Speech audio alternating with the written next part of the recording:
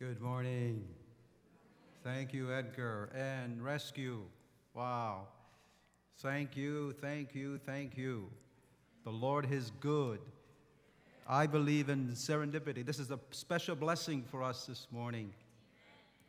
By the way, most of these men, did you come with your families as well?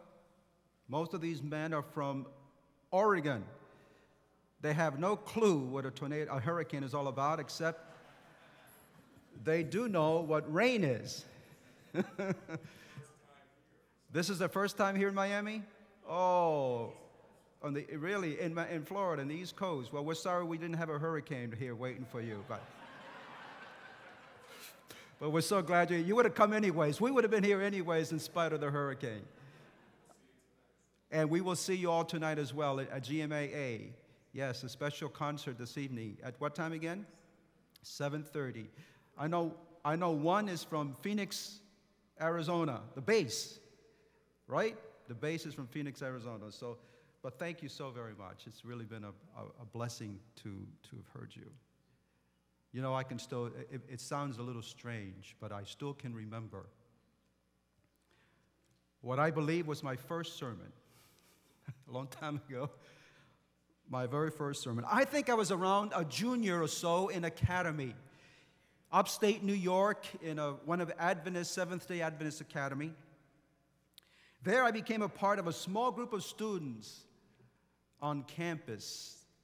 And we went out every now and then to preach to the area churches. And I was asked to preach on this particular Sabbath. And a long time ago, real long time ago.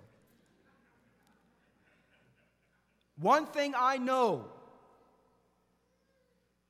if there is one audience that a beginning preacher does not want, does not need, standing or sitting before him are his own peers. Did you know that? His own peers, his friends, even his family members. Oh my word, that's frightening it just still scares me. You see, teenagers, as you know, young people have this, they want to somehow do everything they possibly can to impress people. Remember that, Pastor Payne? Early preachers. They also want their self-esteem to kind of hang together. They do everything they possibly can to make that happen. And so they want everything to go just right. That first sermon, my life was on the line. I was petrified. I didn't think I was going to get through it. Trust me, I've had many experiences like that ever since then as well. I wasn't the only one. And so as you heard the passage this morning, think about that for a moment. This is Peter's first sermon. He never preached before.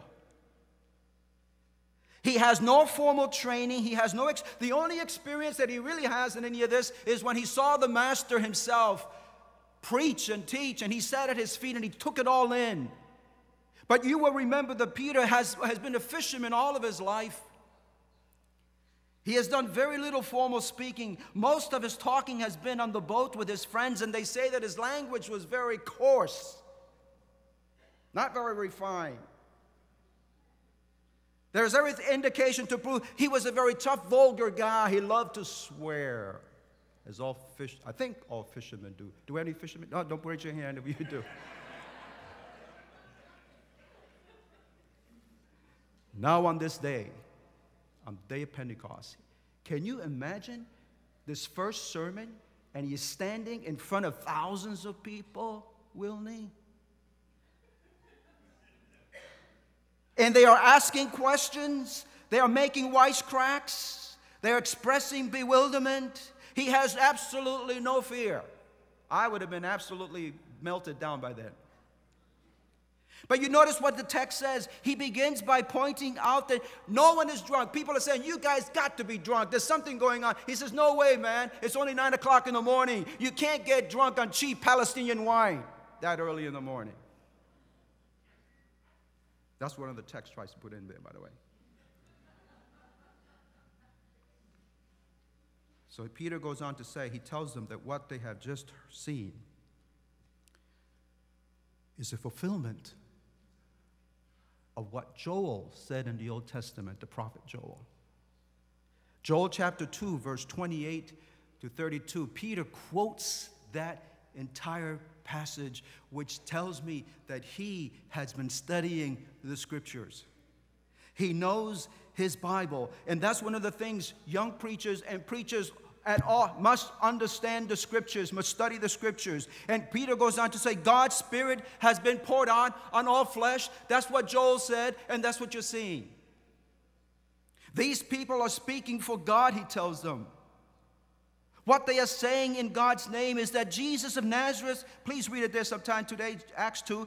Jesus of Nazareth, someone clearly led by God in his miracles, his wonders, his signs. You know who he is. He walked among you. You saw him, you heard him preach it. You know who he is. That's the one that you killed, crucified. But guess what? God raised him up from the dead. Peter then turns in his Bible. He didn't have a scroll. Trust me, those Bibles back then was not like they were big. He didn't have any. He had only his mind. He had been for 10 days, he had been in the upper room studying the Scriptures, praying, worshiping God, and he's full of the Holy Spirit. He's got all the Scripture he needs. And so now he turns, besides to the prophet Joel, now he turns to David, the old prophet David. And he quotes Psalm 16, verses 8 through 16. He uses Psalm 16, he uses Psalms 110 to support his argument in his sermon. Again, that's a good sign of a sermon where there's Scripture involved. And as I think about that, I can see Peter there quoting the Scriptures, no Bible in front of him to speak of, no heartbreak. He's just quoting from memory. The Holy Spirit is in him. And then I start to think, when I thought about that this week, I said, you know what? Listen, my friend, I believe that God is up to something again. I believe that he's pouring out his Spirit in great measure again. And he is using rookies, beginners, if you please. And his outpouring of the Spirit will become even more and more evident. It's going to come to a great crescendo as we get closer and closer to the coming of the Lord. And it's going to be, most of these people are going to be rookies. Fishermen, if you please, pulled out. God is going to use them all. And he's going to use you and me as well. Wow. I remember another thing about preaching. I remember in homiletics class. Some of you, what is homiletics class? Homiletics class is the class that all pastors, preachers have to take in college and seminary to teach. That's what teaches them how to preach. And we were taught in the homiletics class that one thing you never do in your first sermon, you don't make people angry at you. That's bad if you first get up there and make everybody angry at you, you know? And when you come into a church, they tell you, not just homiletics class, but don't try to change a lot of things the first time around, the first year or so. But you know what? I believe that everything has an exception. And so here in Acts 2, there's a big exception. That was wise counsel the teachers gave us. But as I mentioned, there's an exception, and he's one of the biggest exceptions at all. He takes the offensive in his very first sermon.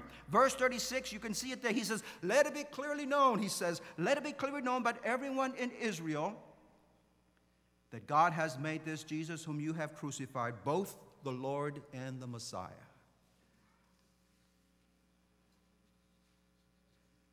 He was Messiah. He was Lord. Yes. And let me tell you something else Peter says. You know, he was supposed to suffer. God planned it that way. But you were still guilty for what you have done.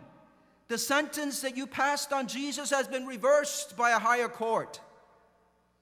And when he said these things, I don't know about you, but I can read between the lines, and I can read the Scriptures, and the Bible is so clear. It says the results of that one sermon were astounding.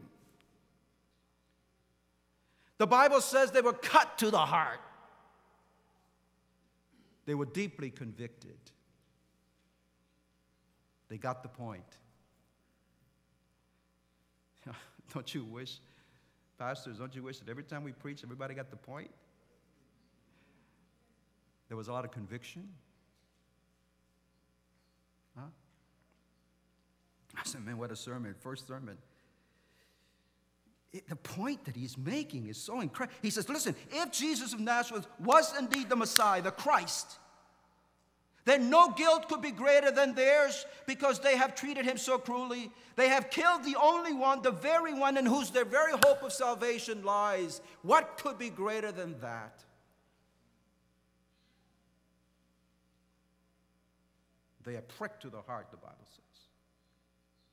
Cut to the heart.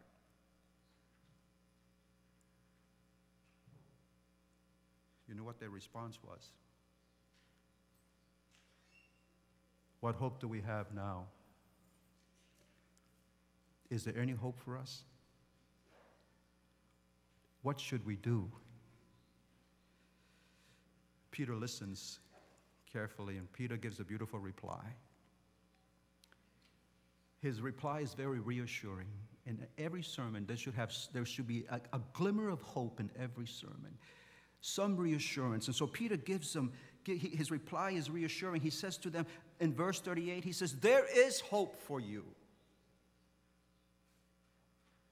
And then he says, if you repent of your sins and submit to the baptism in the name of Jesus, your sins will be forgiven. And even more than this, he says, you will receive the gift of the Holy Spirit.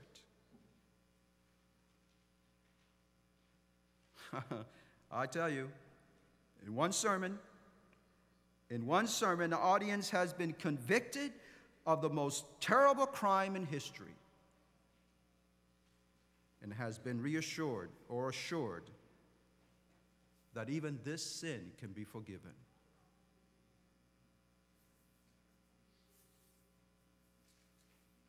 I don't know about you, but if I had been in that crowd, I'd say, wow,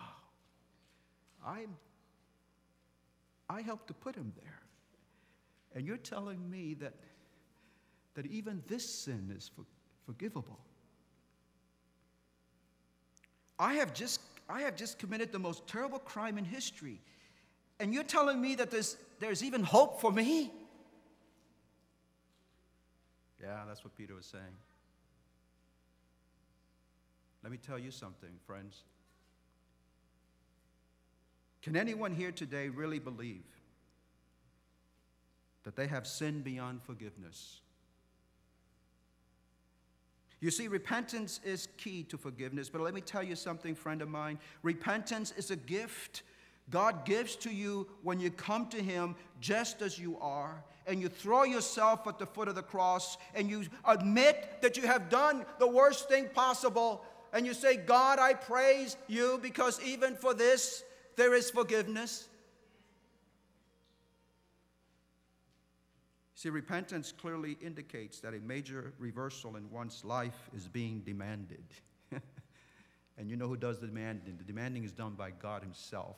And you know what? God can demand things because God and God alone can provide the answers and the solutions. And another wonderful thing is baptism is the natural response to sincere repentance.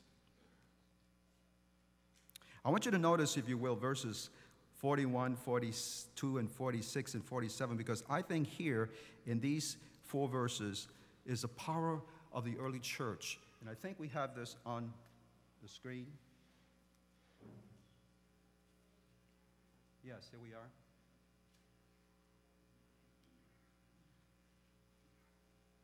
I want you to notice this very carefully. Those who believed what Peter said were baptized and added to the church, about 3,000 in all. They devoted, that's a very special word right there, devoted. They devoted themselves to the apostles' teachings and to the fellowship, to the breaking of bread, and to prayer. They worshiped together in the temple. They met in homes and shared their meals with great joy and generosity, all the while praising God and enjoying the goodwill of the people. And each day, the Lord added, I want you to know that too, each day, the Lord added to their group those who were being saved. I love that passage because I really believe that in that passage, there is the power. There is revealed in that power, the power of the early church. The power of the early church. The secret of their power is right there. They devoted themselves to 4 things. 4 things. And I want you to remember these 4 things that the early church devoted themselves to. The Word, the group, the bread, the prayers. It's all there. The Word, the group, the bread, the prayers. Repeat them with me, please. The Word, the group, the bread, the prayers. One more time. The Word, the group, the bread, the prayers. Simple. That's what they devoted themselves to. First, they devoted themselves to the Word. That is to say, of course, the apostles' teachings. They had no New Testament as of yet. They only had the Old Testament, and they had the teachings of Christ's disciples, and that's what they focused on. That privately and publicly, they studied those things, and then they came together to worship God once a week in the general worship service. Secondly, they devoted themselves to the group. The group, the fellowship of the group. The fellowship, small groups gathering in homes during the week. And on Sabbath morning, the large group came together on Sabbath morning to worship God. Beautiful, beautiful thought thinking through. Through the week, we come together to worship God. During the week, I should say, we worship God in our homes. On Sabbath morning, the whole group comes together. What a marvelous idea. I think what they were trying to tell us, what Peter was trying to tell us is so clearly is, look, we cannot live the Christian life alone. There is no such thing as a completely solitary Christian. To grow, we need to be in fellowship. And I ask the question, do we find this fellowship just by attending church once a week on Sabbath morning? The answer is no. I don't care how hard we try, but it's still no. You see, there are plenty of people who attend church who do not experience that true fellowship. There's so much more inherent in this word. It is referring to being with a group whose life is so centered in Christ. The fellowship, the group. It is referring to a group whose life is so centered in Christ that each one cares about the other just as Christ would care. That's true fellowship. That's the group that Peter's talking about. It is referring to being with a group whose life is so centered in Christ that yes, we would care for one another, even as Christ would care for us.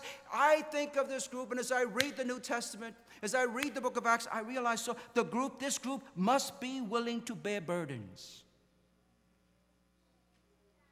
This group must be willing to share failures, disappointments, suffering, joy, and success. We need to ask ourselves the question, does the group provide all of this? So we are talking about friendships that are so close that nothing can break them. I wonder, do you know someone so well? Do you know someone that you can call at 3:30 in the morning and know that they will be happy to respond to whatever your needs are, whatever they might be?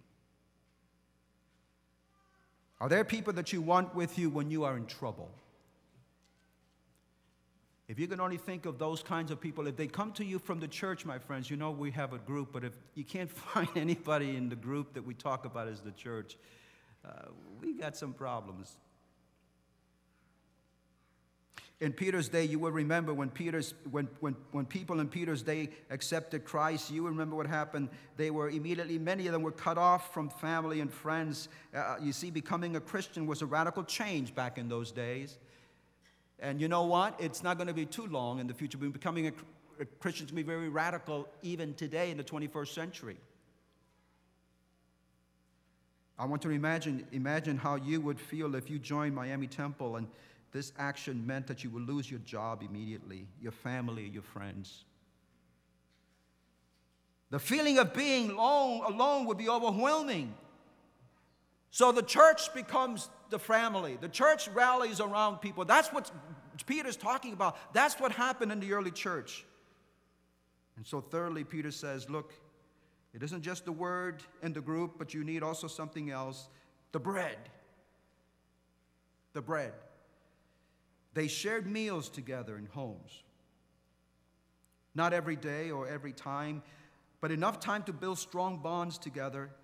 And I love it when they come together to eat. You know, they ended their meals, every time they ended their meals with the Lord's Supper to remind themselves what Christ had done for them on the cross.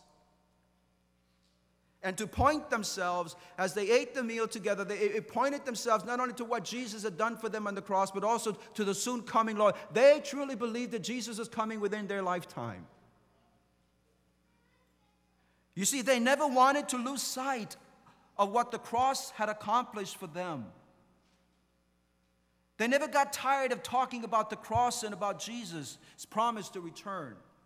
When I think about that, I say, wow, this is what they did when they came together? Yes, this is what they did. You see, they didn't sit around dinner time at the dinner table on Sabbath and just chit-chat about all kinds of common stuff. They wanted to be reminded of what Christ had done for them. Finally, Peter says they devoted themselves to the prayers. They talked to God together. Significant time was spent praying together. And the Bible says that marvelous things happened repeatedly, time and time again, while they prayed together. Prayer became second nature to them. So I read through that passage and it says, there they are, the four vital ingredients for community building within the church. The word, the group, the bread, the prayers. And I say to myself, listen, my friend, if I'm hearing Peter correctly, listen, friend, for the last day church, and that's us, to experience the first day church, that's back then, to experience their power, the last day church must devote itself to the same four things that the early church devoted itself to. The word, the group, the bread, the prayers. You see, those early Christians were very conscious of the presence of God in the very midst because of the power and intensity of their fellowship together. In fact, the intensity was so deep, it had a lasting, that intensity led to a deep, lasting joy. And joy became a benchmark of the early church. In the very midst of persecution, in the very midst of loss of jobs, family and friends, they were still able to experience deep joy. And we wonder, hey, that's really strange. That's the power of deep, strong fellowshipping with one another. You see, if there's one thing that unbelievers ought to see in the church is joy. Joy. I remember the story I read sometime back, several months ago, maybe a year or so ago. I remember a story in the Adventist Review, just a small little story about Kathleen Piper. She shared this story. It's cute, but I think it really brings up a point. She says that one day, she said, this is the way she says it, one evening while I was attending a church board meeting in the basement of our church, the phone in the adjoining room kept ringing. You've been to those kinds of meetings, and it is nothing more disturbing, more distracting is when you're in the very midst of a very important meeting, the phone starts to ringing, ring, ring, ring, ring, ring, ring, and somebody ought to answer, but nobody does. So Emily, she got so disturbed, she finally got up, went over, picked up the phone, and answered, of course, And on the other side of on the other line, at the end of the other line, somebody asked the question, is joy there? Without thinking, she replied, no, sir. There is no joy here. This is the church. Wow. And she said, this is what she said, I often wondered if the caller got the full import of my reply. Is joy there? No, sir. There's no joy here. This is the church. If they had asked the same question to the early church, is joy? Oh, yes, joy is here. We got all kinds of joy. Come over and share in our joy. You see, unbelievers in that time were deeply impressed by all this joy in the midst of trials, and they began to ask questions of the believers. And the Bible says the Lord added daily to those being saved. And again, I stopped for a moment. I says, wait a minute. What's it? The Lord added. The increase did not come from gimmicks, from great programs. The Lord himself did it in response to their devotion to the word, to the group, to the bread, and to the prayers.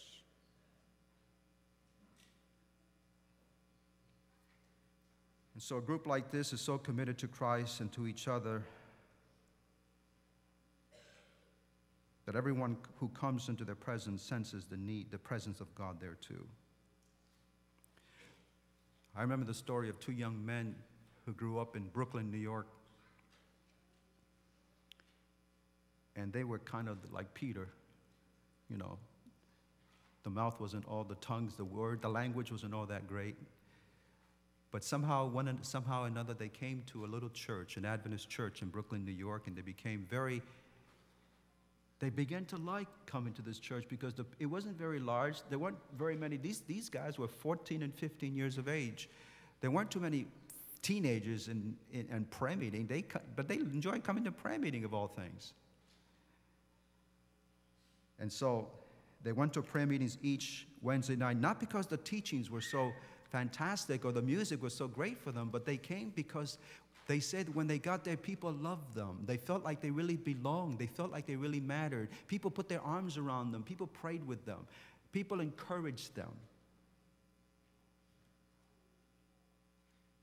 And so I realized that people then, as people today, want to belong. They want to feel like they matter. You see, some things never really change with time.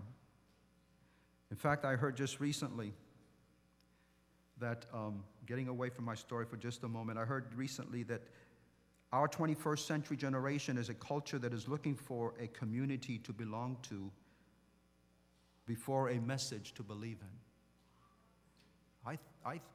Wait, what did you just say?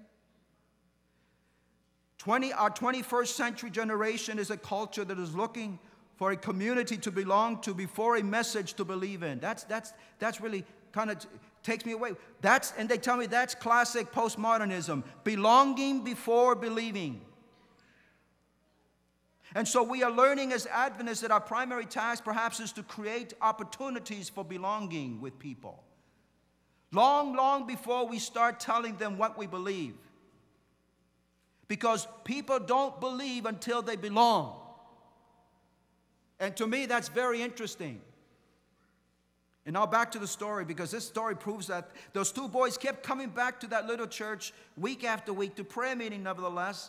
And people kept loving them. They fed them. They did all kinds of things for them. They put their arms around them. They told them, we're praying for you. These two kids couldn't stay away from church.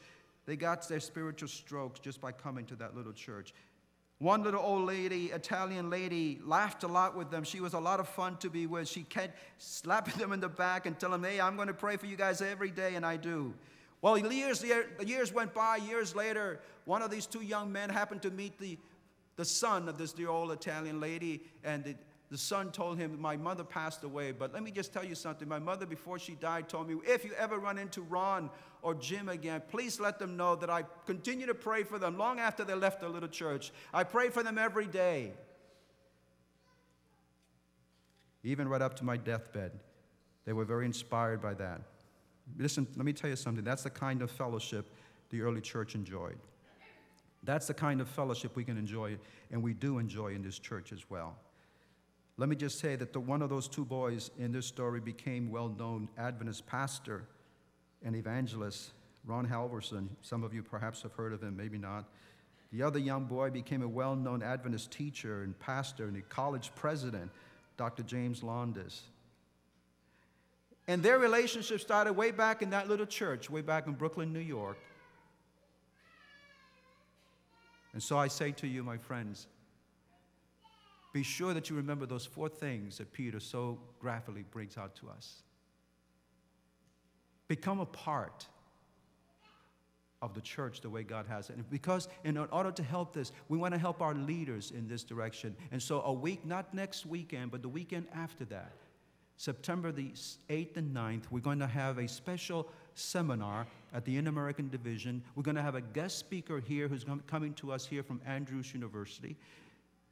And then he's going to meet with us after we eat at the Inter-American Division all afternoon, and on Sunday morning from 9 a.m. to 12 noon. And the reason why he's coming, he's going to try to help us to see this again, this whole concept of who we are really truly as a church, what God is calling us to do as a church. And you as leaders, we want the leaders and the assistant leaders and their families to be part of that weekend with us. So please be sure, if you haven't done so, mark it off in your calendar. We want to become the kind of church that God has called us to be. Let's pray. Gracious Father, we are so grateful and so thankful to you for loving us in spite of the fact, Lord, that we're not always the church you have called us to be. But we thank you so much for the sermon that Peter gave so long ago. And we thank you for recording that sermon for us in Acts 2. We thank you for those 4 areas, Lord, that you have called us to, that Peter brings out so beautifully. Help us to devote ourselves to the Word. Help us to devote ourselves to the group. Help us, oh God, to devote ourselves to the bread, fellowshipping, eating together. And then help us to devote ourselves to the prayers. Thank you for hearing us. In Jesus' name we ask it. Amen. I love you, Lord, and I lift my voice to worship you, oh my soul, rejoice. Take joy, my King, in what you hear. Let it be a sweet, sweet sound in your ear. I love you, Lord, and I lift my voice to worship you, oh my soul, rejoice, rejoice. Take joy, my King, in what you hear. Let it be a sweet, sweet sound. Let it be a sweet, sweet sound. Let my life be a